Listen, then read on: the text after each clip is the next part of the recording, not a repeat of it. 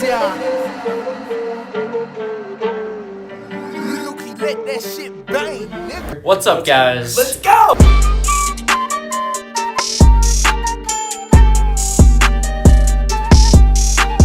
We're excited here with the Next Gen crew. 2-5 session today, so Ethan's been playing a lot of these. We're staking up a little bit today, but You guys excited, boys? I'm mix it up. That's my way to play. That's Mix my it way up to- on the yeah. stream. He's sitting to our left though, so we gotta be careful. Watch out for his bluffs and stuff. So you know, Oh, we'll bluffing come left back and right. at those barrel bluffs. So don't worry. Don't believe me at all. all right, boys. Punish those guys. Hey. Also, smash that like button. It's a huge day. Come on, guys. Hey. Help it. Do it for the YouTube algorithm. Hey, and let's go! Everything helps, boys. Let's go! Peace. So boys, I am first up on the Next Gen team to start us off. $1,000 buy-in. We see the person in Under the Gun +2 make a raise to 20. The person on the gun +3 makes the call, and then the person on the cutoff, who is J-Stack, who is a very aggressive player, he finished the live stream with about a 47% VPIP, so he's playing almost half of his hands pre-flop. And now we look down at the best hand of the night, the second best hand overall, Pocket Kings, in the small blind. So because there's an initial aggressor in early position, I definitely want to size up here. I don't want to like have him call and price everyone in with a weak ace, especially J-Stack. He can easily have a weak ace in his 3-bet holdings, ace-5 suited, ace-2 suited, that kind of stuff. Frankie 4-betting here as J-Stack at 3-bet. We 3x his bet, essentially, 3 times his initial raise of 80, 4-bet to 245. So now you see J-Stack talking to me a little bit here. He's trying to bait me. He has one hand on the folding button, one hand on the calling button. It's kind of like trying to get a read off me. I'm not really saying much to him. And after picking up a couple green chips, I'm really hoping for a call here because I know he can call pretty light. And I actually almost get him to call right here. As I tell him I know he's 3-betting light. So, you know what? After all of that delay, J-Stack ends up making the fold, and I end up taking down $125 pre-flop. So this was a great ego booster, and now my nerves settled down after this hand. Pocket Kings, thank you very much. All right, boys, first hand for me. As you can see, we're playing 2-5, and there's a $10 straddle under the gun. I am under the gun +1 with Queen Jack of clubs. I open it up to $35. It folds all the way around to the under the gun straddler, who makes the call. We are heading heads up to a flop. Flop comes Queen 5-3 with 2 hearts, so we flop top pair. Steam Dola checks it over to us, and we are going to be firing a C-bet here. I elect to size for $45. He makes the call very quickly, and we head to a turn still heads up. That turn is the 7 of spades. It's a pretty safe card. 4-6 does get there though. I think it over and elect to slow down and check. My reasoning for that is because I am kind of trying to almost induce a bluff here from Steam Dola on the river, should the river be clean or bluffable. I know I'm giving a free card to draws, but I think that given my image, I like this play. Rosie gonna check. So this is a line we've seen from Rosie as well as Frankie. The slowdown on the turn here. And sure enough, when the river is the seemingly safe 5 of spades, Steam Dola thinks it over and does slide out a bet, guys. He bets $90 into a pot of 167. So I think we have a pretty clear-cut call on our hands. We could be up against King-Queen, maybe 4-6, but given my reputation at the table and people kind of gunning for me, I think this is just a pretty clear-cut call. He'll just sort of go through, make sure that that is the correct play, and he will make the call. So Yeah, that's a pot there to Rosie. We flip it over, and we are good, boys. Our first hand that we play on the live stream, we take down a nice pot there, little over $300 pot coming our way. Let's ride this momentum, boys. Let's go. The next interesting hand, we are playing 2-5-15, as there's a $15 straddle behind me. We see a limp from Dante and the under the gun +2. And J-Stack raises it up to $50, and now we're with pocket 5s on the button, and normally $50 would be a big open, but now at these stakes, it really isn't that big an open.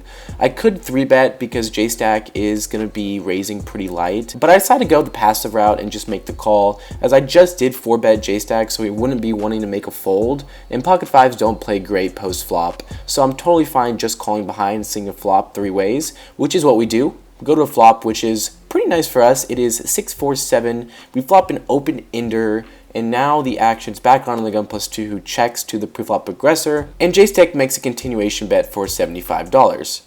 Now with the open ender, again, I think that a raise is definitely an option, but I don't think he's going to be betting here without something on this board. Frankie, very likely to just call this, if I were to guess, and he is just going to put in the smooth call.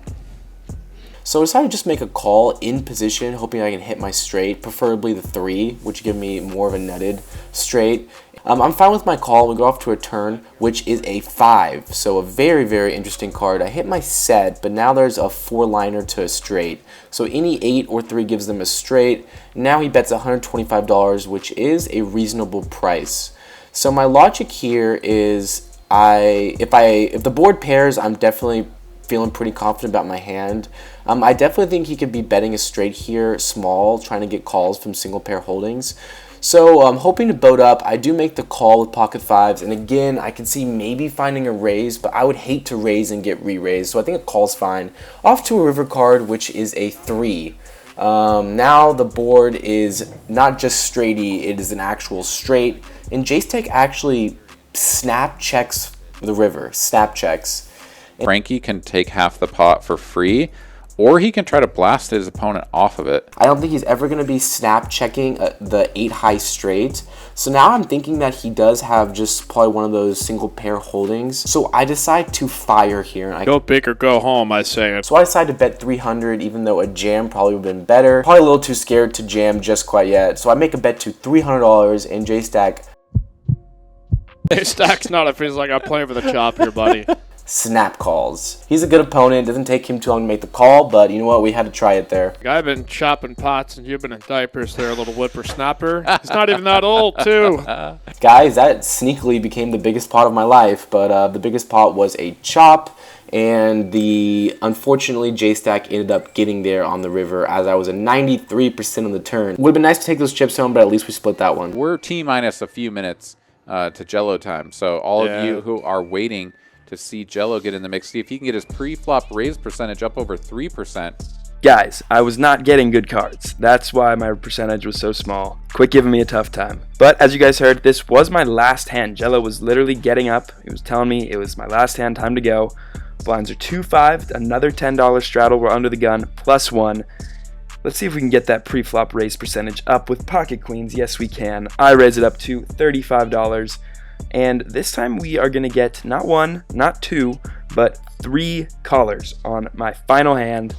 I was up a little over $100 going into this hand. I was so excited. I'm going to end positive. And now we got to go to work to make sure we end maybe a little bit more positive. So we're going 4 ways to a flop here, guys. Flop comes 4, 5, 6 rainbow. So an interesting board, pretty dry, but definitely people can have a variety of holdings that I can get value from, such as pocket pairs 7 through jack, straight draws, pair plus straight draws, that whole type of thing. So I'm going to fire a C-bet here. I like to go just for 1/3 pot for $50 to keep overcards in the mix as well. Because it's multi-way, I could probably size up, but nevertheless, I make it 50. Yeah, I mean, Rosie definitely can put out a bet here and probably pull this one out, but in fact, no, Albert is going to attack this youngster. He's going to say, you don't have something that connects with this. I can rep it. So Albert here counts out a raise to $250. He 5X's me. Steamdola ends up letting it go, and it's back on to me. And now Rosie, this is the spot that I was hoping to see here tonight, not just to inflict pain on the new youngsters, but to see how they would respond to aggression at stakes that are a little bit above what they've typically been playing. Just to walk you guys through what I'm thinking, I think he could be doing this for protection with hands like 7s, 8s, 9s, 10s, and jacks, a top pair holding. I think he could also have a pair plus straight draw like 6, 7. Those are the hands we can beat. He also could straight up just have sets. He could have pocket 4s, pocket 5s, pocket 6s, which we would be losing to.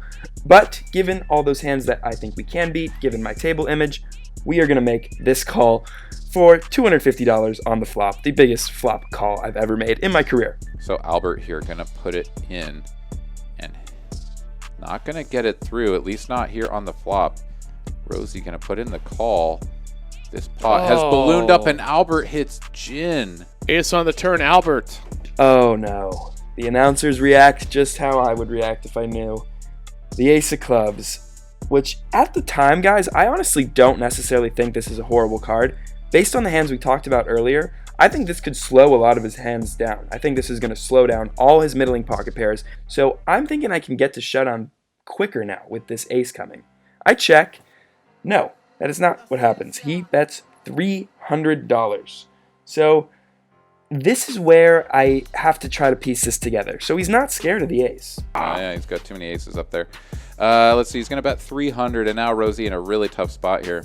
Yeah, pretty much has to commit to this at this point. Have to say to himself, like, my opponent is punking me. If he's not scared of the ace, so I'm going to be shifting more of his range towards value hands now. I end up making the disciplined fold. He's going to get that through, so Albert went from trying to blast the guy off of his hand to, okay, now I'm going for value. And Rosie makes the correct call on the flop and the correct fold on the turn. So really like to see what we have there. Very well played from our newcomer, next gen poker, Rosie. We made a good fold, but that's going to take our net on the session down to about minus 180, but that was worth 180. I think I played good poker, and that's all you can do is really just play good poker. So super fun time. Thanks for watching, boys. What is going on, guys? It is Jello here. I didn't really get to play too many hands, so unfortunately I only have one hand for you guys tonight. So let's get right into it. We pick up Queen King offsuit in the hijack. Under the gun limps for $5. Kind of odd, weren't really seeing that many limps around the table, but whatever. Middle position raises to $15. That's our good buddy J Stack. He's been throwing in a lot of big 3-bets, 4-bets, and a lot of barrel bluffs as well. So I want him to be betting into me. So I just make the call for $15, and the big blind calls as well, and under the gun follows suit for $10 more. We go to a flop 4 ways, and we see a flop of 3, 9, queen, 2 hearts. Not a bad flop for us, picking up top pair, second highest kicker, and the big blind checks, and we see a donk from under the gun to $50. Donking on this board just seems really strong to me. I'm happy to see J-Stack fold in middle position though, and my hand's way too strong to let go just yet, so I make the call for $50 to assess a turn, and the big blind folds. So we go to a turn heads up, which is the Jack of Diamonds. Not a bad turn card for us, as now we pick up a gutter. However, now we are also losing to both 9-Jack and Queen Jack. Under the gun decides to bet here for $125. I just go ahead and make the smooth call. I don't think there's any other play I can make here. Maybe I can find a raise to kind of gather more information on my player. So we go to a river, and the river is the Deuce of Diamonds. Pretty dud of a card, and so that's not bad for me. I'm still in great shape here. And we see a bet from under the gun for $150. He leads out here really quickly too. So I just go into the tank here because I feel like I'm getting value owned. It's only about a fourth of my stack that he bet right there, and it's only about a third of the pot, so I'm getting a really good price. However, I just feel like I've got to be beat here almost all the time. I'm counting out all the potential cards that he can have that I'm ahead of, and the only hand that makes any sort of sense to me would be Queen 10. And I think that his hand definitely has a lot of sets, a lot of 2 pairs, a lot of even potential straights. I'm not even sure. And so I just go into the tank for a really long time here. I feel a little uncomfortable with the amount of money that I'm playing with. I would say 2.5 was definitely a bit out of my bankroll and definitely a lot out of my comfort zone. So I decide to go ahead and make the fold here. I think that's a pretty nitty fold, and I think sometimes here I've just got to toss in the call, simply because if you're beat, you're beat. When you're getting the right price, you got to make the mathematical decision and make the right call. Unfortunately here, our opponent did have Queen 10, so he did have the one hand that we were ahead of, and he got me there. He was value owning himself, however, he put me in the position of feeling like I was getting value owned, so didn't get to play any other big hands, but I learned a lot from other players just watching them play. I wish I would have played this a little differently. I think I've always got to be tossing in that call in the river. We learned from it, we're going to get better. I'm going to play games that I'm bankrolled for next time. If I came to play, I should have came to play. But we'll be back for the next live stream. Maybe a little 1-3 action next time. Also, sorry that my name was Jack on the live stream. It should have been Jello. The dealer asked me what my name was, and I just said Jack without really thinking straight because I was pretty nervous sitting down at the table. So yeah, I'm going to blame it on that, why I played this hand poorly. But next time I'll be there tossing some chips around, maybe even get some Omaha hands in for y'all. So yeah, just keep on enjoying the rest of the vlog.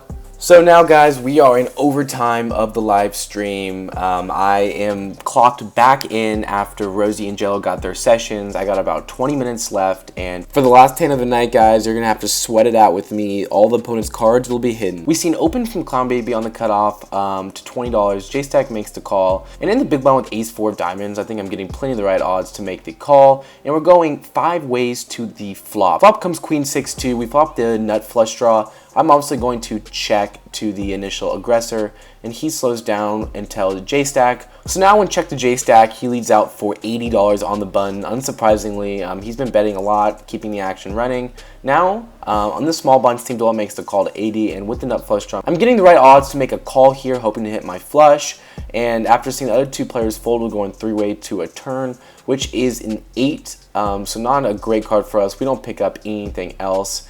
And after it checks to me, normally almost 95% of the time I will be checking here, but because I think J-Stack is going to be firing a massive bet on the turn here after check to him. If he wants to win this pot, he's going to need to barrel now and barrel again on the river. Lead out for 175, thinking it would look super strong of me to do that, as I have not been playing many hands at all, and it would get J-Stack to fold any of those small pocket pairs that he was just leading out, hoping that everyone missed the flop with. So now, after J-Stack, the initial aggressor folds, it's back to Team Dola, who takes a long time with his decision. And one thing important to note, I actually did not notice that I had him covered in this hand. I was assuming at this moment that everyone was going to be deeper stacked than me, because I've been sitting out for 3 hours and they'd all been chipping up. I mean, majority of stacks were over 1,000. So when he makes the call, he actually only has about $450 to the river. And the reason I'm mentioning that is because we brick out on the river. We do not get there. It's the 9 of hearts. Frankie needs to go all in here to pick this one up. That is the move I want to see from this man. So boys, if you asked me on the way there if I'd make a bluff like this, I would have told you hell no, but I decided to go for it here, deciding that my bet on the turn looks super strong, and if I fire out here for 2/3 pod, I can get him to fold weak top pairs, or maybe middle pairs, or maybe lower flush draws, that type of combination, maybe smaller pocket pairs. Nope. Well, to Team Dola, it seemed like a very obvious bluff, as he snap calls me with Queen 10, doesn't even give it a second thought with his mediocre kicker at best. Team Dola gonna show next gen Frankie how it's done. Snap call and give me the pot. Take that, next generation. Stick to Star Trek. Okay. The only way to save myself some money was to check, but we went for it, which we are going to do in that spot some of the time, and some of the time it's just not going to work out. So I'm not going to be too disappointed, although the car ride home was a very tough one. We're going to be back at these stakes at some point, and we're going to be crushing it when we run better, get some better cards. And you know what? Next time we're going to hit that diamond on the river and get paid. Guys, we'll be better next time, I promise. I guess you could call this a wake-up call of some sorts. The boys took a shot at higher stakes for the live stream. In our defense, we were pretty card dead. I mean, you guys saw the whole thing, so not much going on there. Ended up playing a little bit of cash after. Did not go our way as well. For me, down around 350 on the night. I think 2-5 was definitely a little out of my comfort zone. I think I made some folds that I definitely didn't need to make. I ended about down 500 on the night. Probably a bad bluff with Ace-4 of diamonds. You guys saw that one. We lost a lot of money tonight. This is not the end of us, obviously. We are just getting started. We're young kids. We're going to get better. We're going to be back stronger. Thank you, Texas Card House, for having us out. It was a great time. Shout out to Rampage. It was nice to meet you. Yes, Ethan, J-Stack, the whole crew. Shout out to Asa. Thank you for bringing us Texas Card House. You were awesome. All in all, we got a lot to learn, but we love the opportunities we're getting. Keep you guys in the loop. Buy the merch. We'll talk to you later. Peace. Peace.